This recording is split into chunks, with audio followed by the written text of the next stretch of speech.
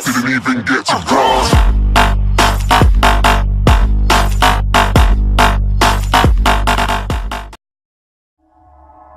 This is the story of the canon games of the Dead Rising series in 3 minutes. Let's begin. In the early 2000s, in Santa Cabeza, Central America, biochemist Dr. Russell Barnaby begins research on cloning and mass-producing cattle for human consumption. His plan backfires and mutates a nearby wasp nest, infesting the insects with a zombie mutation. The wasps infect the citizens of Santa Cabeza, and the US military is sent in to wipe out the zombies and destroy all evidence that it ever took place. A man named Carlito Keys, enraged by the massacre of Santa Cabeza, begins his own experiments. He injects a suppressed strain of the virus into a bunch of children, nice, and ships them off to live with foster parents, nice. He then injects one child with an immunity strain and sends him to a foster family as well. In revenge for Dr. Barnaby's experiments, Carlito unleashes a swarm of wasps on the small town of Willamette, Colorado. Residents become zombies and the National Guard quarantines the location. Photojournalist Frank West arrives in Willamette and investigates the reason for its quarantine. He and a small group of other survivors take refuge in a mall. They discover the conspiracy behind the government's actions to suppress the world's knowledge of zombies. And Frank releases his information to the public.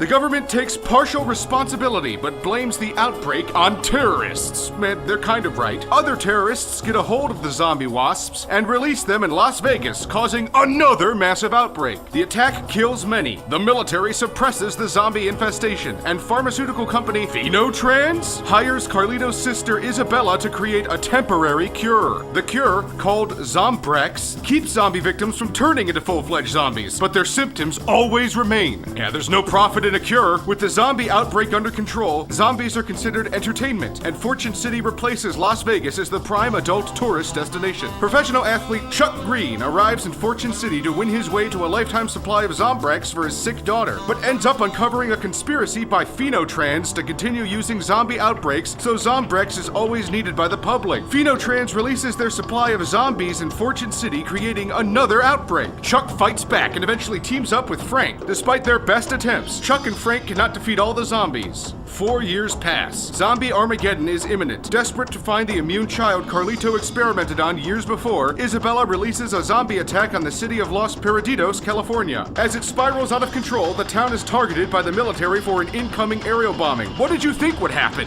Among the survivors is Nick Ramos, the immune child. The military discovers his location and goes after him. Nick is protected by the survivors. I thought she wanted the military to find him. And uncovers a plan by the government to unleash even more zombie outbreaks on the world, and then use Nick's blood as an expensive cure. Back to fucking money. The world's ending. What are you gonna use it on? Nick and the others stop the military's plans, and Nick goes on to distribute the cure to those afflicted for free. Isabella destroys all evidence indicting her and the military's plans, exonerating her from her brother's sins. And that's Dead Rising in 3. I'd like to thank you guys for watching. If you like this video, make sure to thumbs it up and subscribe. I think Dead Rising was one of the first zombie games to really come out on the Xbox. I remember my friend Brandon and I were excited to play it, and then he tipped my Xbox when it was in and totally destroyed the game. Never got to play it until about 3 years later. Thanks, Brandon. You still owe me $60.